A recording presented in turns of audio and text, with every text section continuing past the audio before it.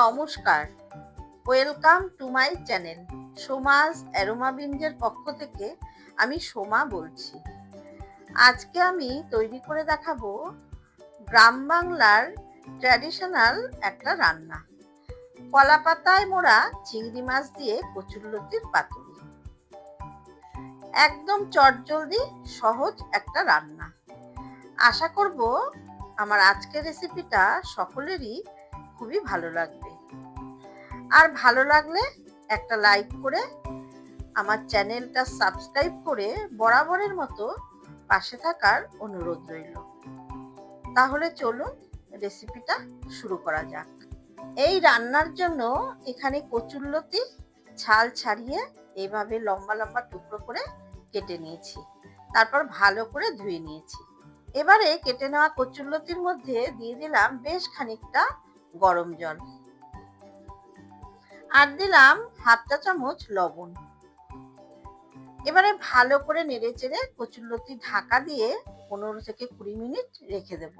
আমি কিন্তু সেদ্ধ করছি না, জাস্ট গরম জলে লবণ দিয়ে একটু ভিজিয়ে রাখলাম।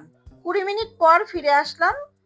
কচুরলতিটা ভালো করে জল ঝরিয়ে নিয়েছি, আর এখানে আমি সরু কচুরলতি ব্যবহার করছি। আপনারা চাইলে যেগুলো বাজারে কিনতে পাওয়া যায় মোটা কচুরলতি, সেটা দিয়েও বানাতে পারেন। এবারে এর মধ্যে কিছু মশলা অ্যাড করব। এখানে 1 চা চামচ সাদা সর্ষে, 1.5 চা চামচ কালো সর্ষে আর 4টে কাঁচা লঙ্কা সামান্য একটু লবণ দিয়ে পেস্ট করে নিয়েছি। এবার এই সর্ষে কাঁচা লঙ্কার পেস্টটা এর মধ্যে দিয়ে দিচ্ছি একটা বড় সাইজের স্লাইস করে কেটে নেওয়া পেঁয়াজ, আর দিচ্ছি একটা ছোট টমেটো ডুম করে কেটে এর মধ্যে দিয়ে দিচ্ছি 4টে চেরা কাঁচা লঙ্কা। এই ধরনের পাতুরি একটু ঝাল ঝাল হলে কিন্তু বেশি ভালো লাগে। দিয়ে দিচ্ছি 1 চা চামচ হলুদের গুঁড়ো, 1 চা চামচ লাল লঙ্কার গুঁড়ো, স্বাদ মতো লবণ, 1 চা চামচ চিনি। দিয়ে দিলাম 200 গ্রাম মিডিয়াম সাইজের চিংড়ি মাছ, আর দিলাম বেশ খানিকটা সর্ষের তেল। এখানে তেলের পরিমাণটা একটু বেশি দিতে হবে, মানে দরাজ হাতে তেলটা দিতে হবে। এবারে সমস্ত কিছু দিয়ে খুব ভালো করে কচুরলতি আর চিংড়ি মাছ মেখে নেব। অনেকেই এই কচুরলতি কাটার ভয়ে একদমই খেতে চায় না। একটু যদি কষ্ট করে কেটে নেওয়া যায় তাহলে কিন্তু এই কচুরলতির স্বাদ অসাধারণ হয়, আর গরম ভাতের সাথে খেতে ভীষণই ভালো লাগে। কচুরলতি আর চিংড়ি মাছ খুব ভালো করে মেখে নিয়েছি। এবারে ঢাকা দিয়ে রেখে দিলাম। তারপর গ্যাস অন করে কলা পাতাগুলো একটু এইভাবে 2 পিঠ সেঁকে নেব। তাতে কলা পাতাগুলো নরম হয়ে যাবে আর ফেটে যাওয়ার সম্ভাবনা থাকবে না। এবারে গ্যাসে একটা ফ্রাইং প্যান বসিয়ে তাতে দিয়ে দিলাম 1 চা চামচ পরিমাণে সর্ষের তেল। তারপর প্যানের মধ্যে 2টো কলা পাতার টুকরো ভালো করে বসিয়ে দিলাম। যেহেতু কলা পাতার টুকরোগুলো ছোট তাই আমি 2টো দিলাম, যদি বড় হয় তাহলে একটা পেতে দিলেই কিন্তু হবে। এবারে কলা পাতার মধ্যে দিয়ে দিচ্ছি আগে থেকে মেখে রাখা কচুরলতি, আর বাটির মশলাটা ভালো করে কাচিয়ে এর মধ্যে দিয়ে দিলাম। তারপর কচুরলতিটা সমানভাবে সব দিকে ভালো করে ছড়িয়ে দিচ্ছি, তাতে সব দিকটাই সমানভাবে সেদ্ধ হবে। এবারে গ্যাস অন করে ওপর থেকে আরো 2টো কলা পাতার টুকরো দিয়ে ঢেকে দিচ্ছি।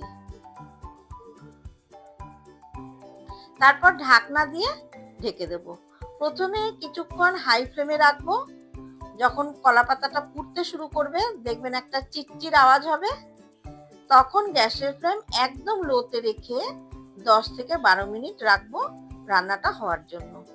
ঠিক 10 মিনিট পর ফিরে আসলাম। গ্যাসের ফ্লেম অফ করে দিলাম।